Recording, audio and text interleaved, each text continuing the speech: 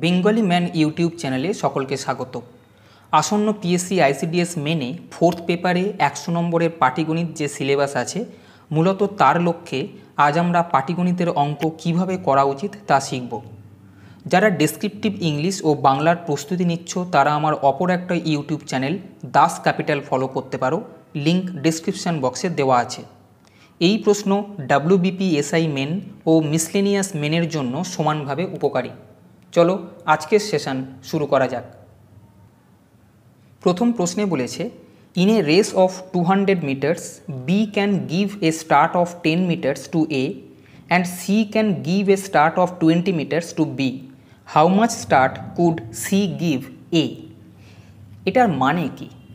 200 মিটারের একটা প্রতিযোগিতা হবে। B can give A start of 10 meters to A, মানে বি একে 10 মিটার স্টার্ট দেবে বলছে। গিভ এ স্টার্ট মানে এটার অর্থ হচ্ছে 200 মিটারের রেসেতে যেহেতু বি একে 10 মিটারের স্টার্ট দিচ্ছে, মানে একে বলছে তুমি 10 মিটার যেও না, 200-র বদলে 200 - 10 অর্থাৎ 190 মিটার যাও। বোঝা গেছে? And C can give A start of 20 metre to B, অর্থাৎ ওই 200 মিটারের রেসেতেই সি বিকে 20 মিটারের স্টার্ট দেবে, অর্থাৎ সি বিকে বলবে তুমি 20 মিটার কম যাও, অর্থাৎ 200 যেতে হবে না, তুমি 200 - 20 180 যাও।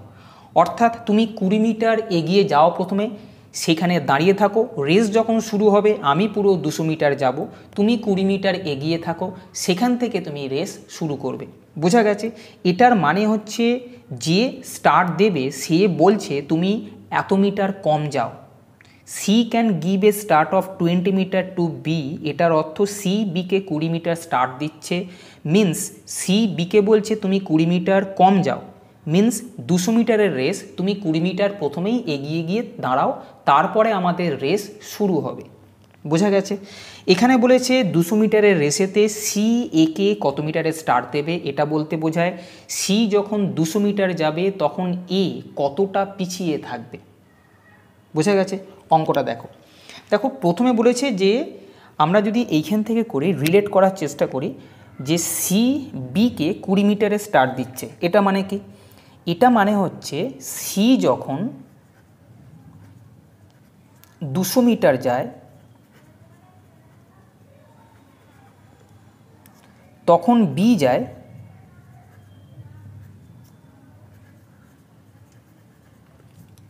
সি বিকে 20 মিটারে স্টার্ট দিয়েছে, তাহলে বি কত যাবে? আমি বলেছি কম যাবে, 20 মিটার কম, অর্থাৎ 180 মিটার। বোঝা গেছে? স্টার্ট দেওয়া মানে হচ্ছে তুমি 20 মিটার এগিয়ে গিয়ে দাঁড়াও, তারপরে রেস শুরু হবে। আলটিমেটলি 200 মিটারের থেকে 20 মিটার যদি এগিয়ে গিয়ে দাঁড়ায় তাহলে 20 মিটার আগে মাইনাস করে দাও, তাহলে তাকে যেতে হবে 180 মিটার। আবার যখন এইখানে বলেছে B can give A start of 10 metre to A, B একে 10 মিটার স্টার্ট দিচ্ছে, মানে বি যখন 200 মিটার যাবে এ তখন 10 মিটার কম যাবে, অর্থাৎ 190 মিটার যাবে। বোঝা গেছে? এটা এখানে লেখো। যেহেতু বি যখন 200 মিটার যায়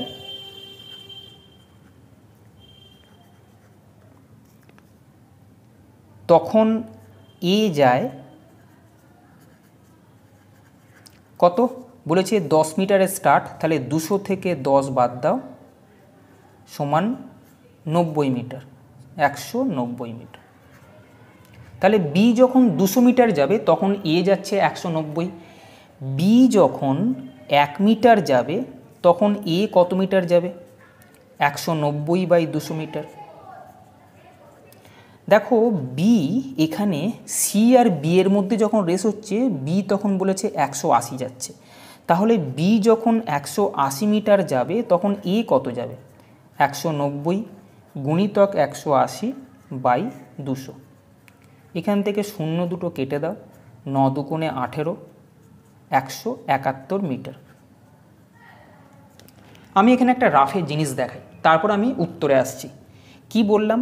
এ বি সি এর মধ্যে রেস হচ্ছে কত মিটারের? 200 মিটারে। সি যখন 200 মিটার যায়, প্রথম লাইনটা খেয়াল করো, তখন বি কত যাচ্ছে? 180। আবার এখানে বার করলাম বি যখন 180 যাচ্ছে তখন এ কত যাচ্ছে? 171।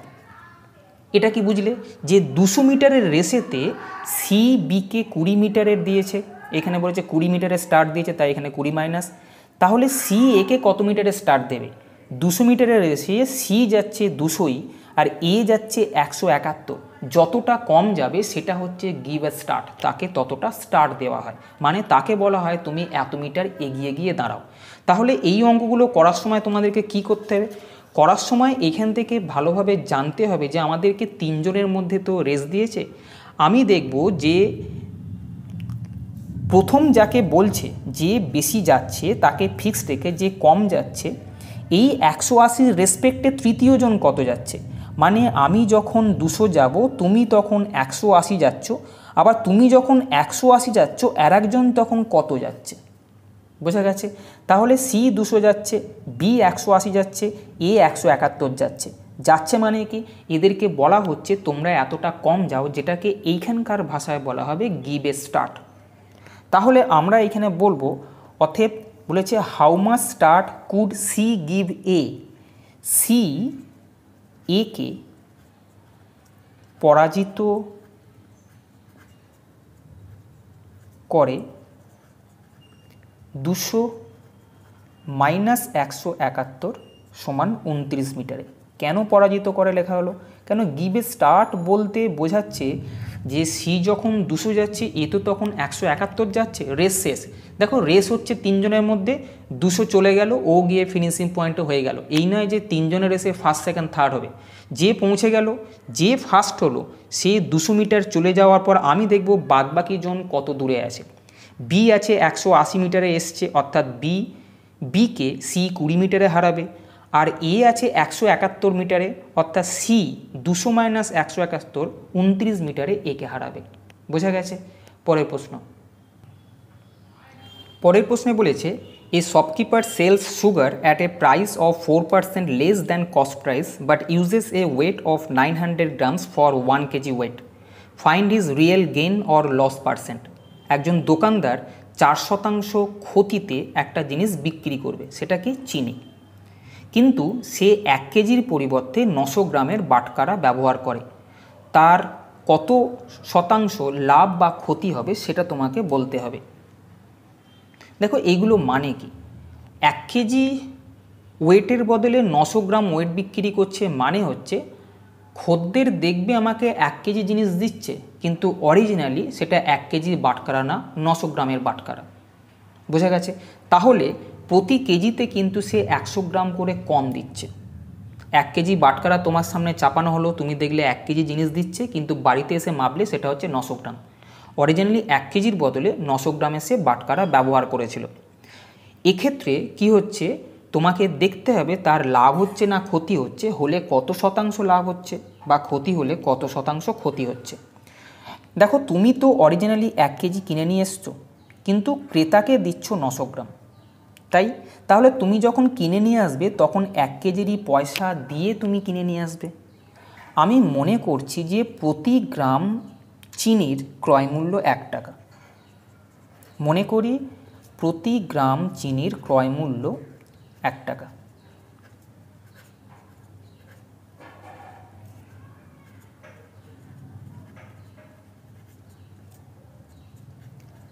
এক গ্রামের ক্রয়মূল্য যদি 1 টাকা হয়, তুমি 1 কেজি কিনে নিয়ে এসেছিলে, 1 কেজি মানে কি 1000 গ্রাম, তাহলে 1000 গ্রাম চিনির ক্রয়মূল্য কত হবে? 1000 টাকা।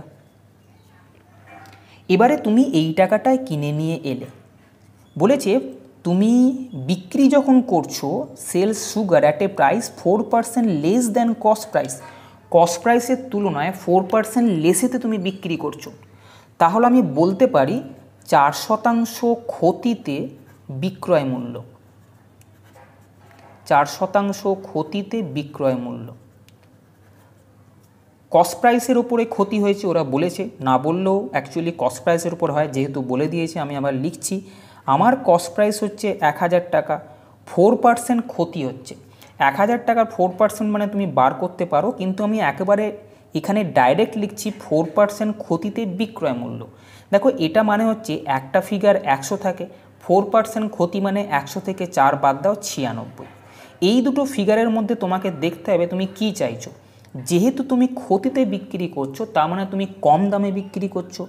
যাই আমি বললাম কম দামে বিক্রি করছো, এদের মধ্যে কম ফিগারটা উপরে বসবে আর বাকি ফিগারটা নিচে বসে যায়। বোঝা গেছে? তাহলে এখান থেকে আমি দেখলাম 4% ক্ষতিতে বিক্রয় মূল্য হচ্ছে 960 টাকা, তাহলে সে 960 টাকায় বিক্রি করেছে। বোঝা গেছে? কিন্তু যেহেতু সে 900 গ্রাম জিনিস দিচ্ছে, খেয়াল করো 1 কেজির পরিবর্তে 900 গ্রাম জিনিস দিচ্ছে, তাহলে আমি বলতে পারি যেহেতু সে 1 কেজির পরিবর্তে 900 গ্রাম বস্তু দেয়, চিনি 1 কেজির পরিবর্তে 900 গ্রাম চিনি দিল, তাহলে 900 গ্রাম চিনি যখন দিচ্ছে তাহলে 900 গ্রাম সে কিনেছিল। এই 900 গ্রামে কেনা দাম কত? 900 গ্রামে কেনা দাম কিন্তু 900 টাকা। কেন? প্রতি গ্রাম 1 টাকা করে, মানে 900 গ্রাম চিনি কিনেছে 900 টাকা। তাহলে অরিজিনালি আমি দেখতে পেলাম সে খদ্দেরকে 1 কিলো বাটখারা দেখিয়ে 900 গ্রামের জিনিস দিল, যেটার ক্রয় মূল্য হচ্ছে 900 টাকা। ওই 1 কেজি যেটা সে অরিজিনালি বিক্রি করলো ক্ষতিতে, তার জন্য সে 960 টাকা পেল।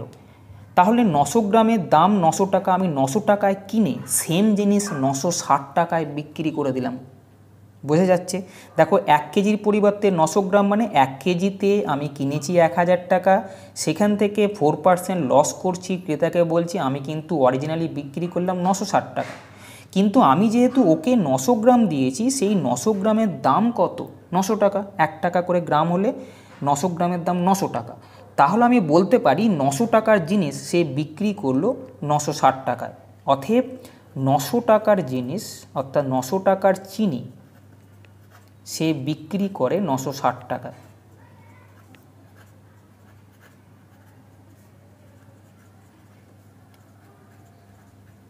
তার 900 টাকার জিনিস যদি 960 টাকায় বিক্রি করে, তাহলে আমি লাভের হারটা বার করতে পারবো।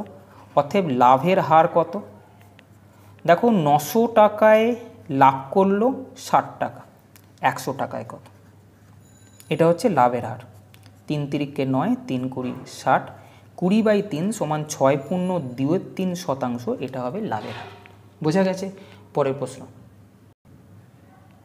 পরের প্রশ্নে যাওয়ার আগে বলে দিই, যেরকম ডেসক্রিপটিভ ম্যাথমেটিক্স দেখছো পরীক্ষায় যেভাবে করতে হয়, আমরা এখন যেভাবে করছি তার লক্ষ্যে আমি একটা ই বুক তৈরি করেছি। এই ই বুকে 250টা প্রশ্ন আছে, 106 পাতার বই।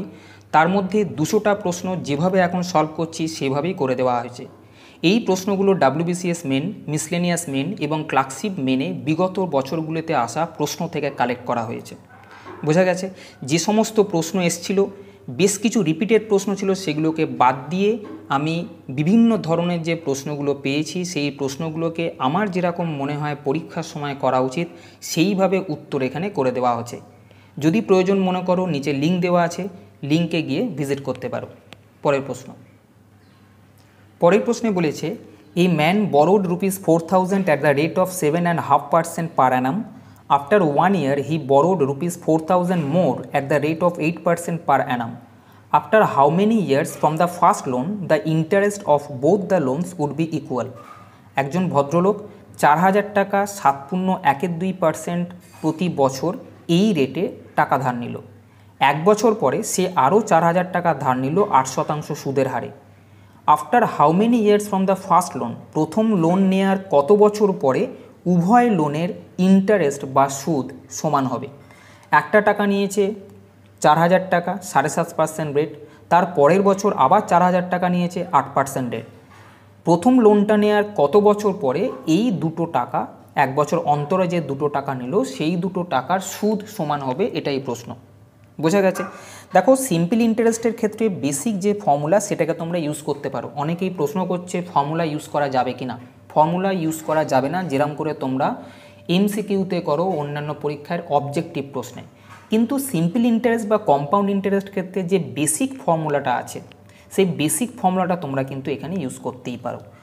আমরা যে বেসিক ফর্মুলা জানি, interest is equal to PTR/100, এই বেসিক ফর্মুলাটা তোমরা সিম্পল ইন্টারেস্টের অঙ্ক করার সময় ইউজ করতে পারো। বোঝা গেছে? তাহলে interest is equal to PTR, P means principal বা মূল টাকা, T মানে টাইম, আর মানে রেট পার্সেন্টেজ বাই 100। মনে করি প্রথম ঋণ গ্রহণের x বছর পর উভয় ঋণের সুদ সমান হবে। এরা তাই দিয়েছে যে প্রথম ঋণ নেওয়ার কত বছর পরে উভয় ঋণের সুদ সমান হবে। আমি সেটা মনে করলাম প্রথম ঋণ নেওয়ার x বছর পর উভয় ঋণের সুদ সমান হবে। উভয় ঋণের সুদ সমান হবে।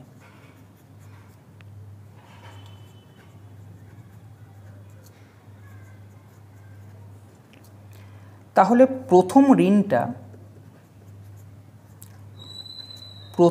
ঋণ খাটে x বছর।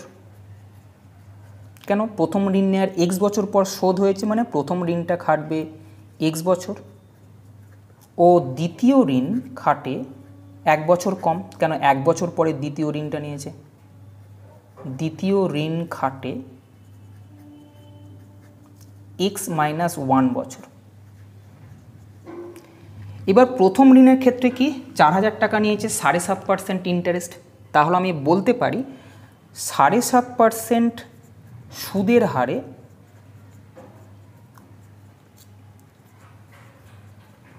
4000 টাকা নিয়েছিল, x বছরের সুদ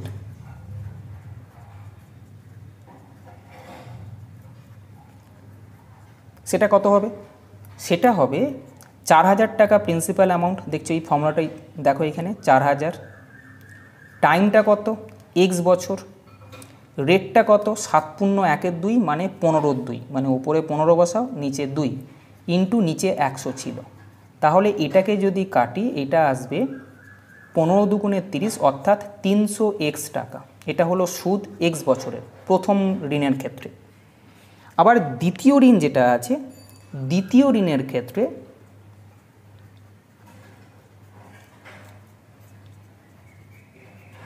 8% সুদের হারে 4000 টাকার x-1 বছরের সুদ কত সেটা বার করব। কেন? এই টাকাটা x-1 বছর কেটেছে। একই রকমভাবে প্রিন্সিপাল অ্যামাউন্ট হচ্ছে 4000, টাইমটা হচ্ছে x-1 আর রেটটা হচ্ছে 8%, নিচে 100 ছিল। এখানে এটা কাটো, এটা হচ্ছে 320 ইন্টু x-1। এটা হলো দ্বিতীয় ঋণের ক্ষেত্রে টোটাল সুদ। কিন্তু বলে হচ্ছে সুদগুলো ইকুয়াল হবে, তাহলে এইটা সমান এইটা আমি পরের লাইনে করতে পারি। অতএব 300x সমান 320 ইন্টু x-1, বা 300x সমান 320x মাইনাস 320। 320x-এর দিকে 300 নিয়ে গেলে 20x সমান 320, শূন্য কাটো, অতএব x সমান 16। এগুলো সব বা লিখবে। তাহলে x সমান 16 কি? প্রথম ঋণ নেওয়ার কত বছর পর উভয় ঋণের সুদ সমান হবে সেটাই প্রশ্ন। আমি ধরেছিলাম x বছর পর, তাহলে x এর ভ্যালু হচ্ছে 16। অতএব উত্তর লিখবে প্রথম ঋণ নেবার 16 বছর পর উভয় ঋণের সুদ সমান হবে।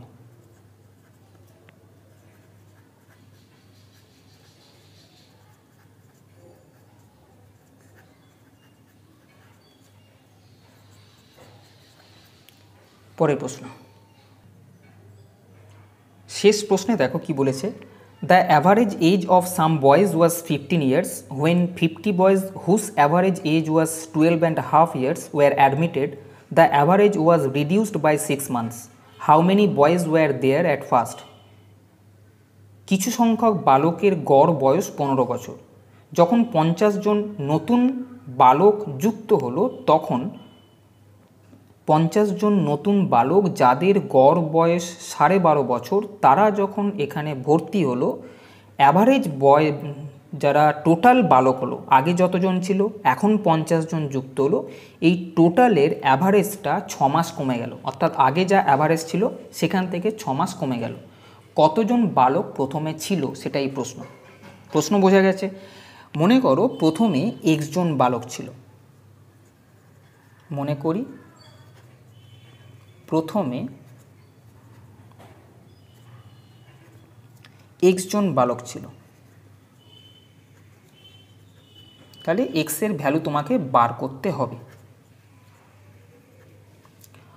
অতএব x জন বালকের মোট বয়স কত ছিল? x জন বালকের বয়সের সমষ্টি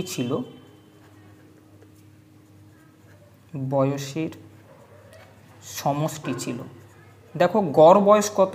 কিছু সংখ্যক বালকের গড় বয়স 15, আমি ধরলাম x জন বালক ছিল, প্রত্যেকের 15 করে বয়স হলে x জন বালকের গড় মোট বয়স হচ্ছে 15x বছর। এবারে দেখো 50 জন বালক আসছে যাদের গড় বয়স হচ্ছে 12.5 বছর। 50 জন যারা পরে এলো তাহলে তাদের মোট বয়স কত হবে? তাহলে আমি বলবো পরে আসা 50 জন বালকের মোট বয়স বা বয়সের সমষ্টি কত হবে? দেখো ওদের গড় বয়স 12+1=2, 50 জনের গড় বয়স যদি 12+1=2 হয় তাহলে টোটাল কত হবে? 12×2=24, 25-2 দিয়ে গুণ করে দাও, এটা গড় বয়স। তাহলে 50 জনের মোট বয়স হবে 25×25 625 বছর। বোঝা গেছে? তাহলে দেখো এই মুহূর্তে দাঁড়িয়ে আমি কি দেখছি, x জন যারা ছিল তাদের মোট বয়স 15x, যারা নতুন এলো তাদের মোট বয়স 625। তাহলে আমি বলতে পারি অতএব আগে x জন ছিল, এখন 50 জন এলো, তবে x + 50 জন বালকের বয়সের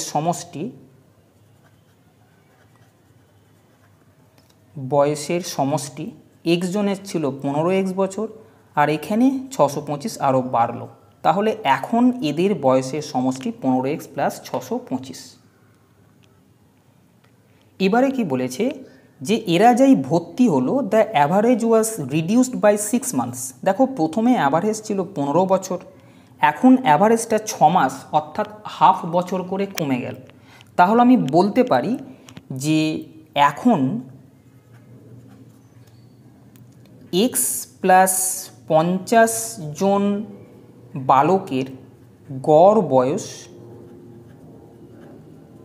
আগে 15 ছিল, এখন 6 মাস মানে 1/2 বছর কমে গেল। যেহেতু 15 বছর আছে তাই 6 মাস তাকে 1/2 বছর লিখে দিলাম। 30 থেকে 1 বাদ দিলে 29/2 বছর। তাহলে এখন x + 50 জন বালকের গড় বয়স 29/2 বছর। অতএব আমি কি বলতে পারি, গড় বয়স যদি এটা হয় তাহলে এতজন বালকের মোট বয়স বা বয়সের সমষ্টি কত হবে?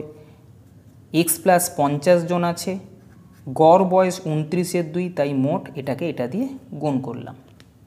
কিন্তু আমি এখানে দেখতে পাচ্ছি x + 50 জন বয়সের মোট বয়স এইটা, আবার এখানে বলছি x + 50 জন বয়সের সমষ্টি হচ্ছে এইটা, তাহলে বলতে পারি এইটা = এইটা।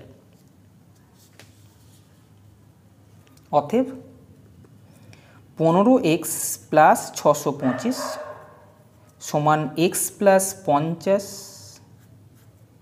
× 29/2। এটাকে ক্রস গুণ করো, 15 দুগুণে 30x, 625 দুগুণে 1250 সমান 29x + 50কে 29 দিয়ে গুণ করলে 1450। 30xের দিকে 29xটা নিয়ে চলে এসো,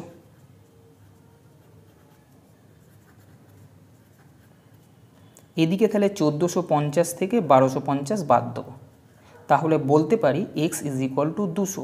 x মানে কি? x মানে হচ্ছে প্রথমে কতজন বালক ছিল, এটাই প্রশ্নে চেয়েছিল how many boys were there at first. অতএব বলতে পারি প্রথমে 200 জন বালক ছিল।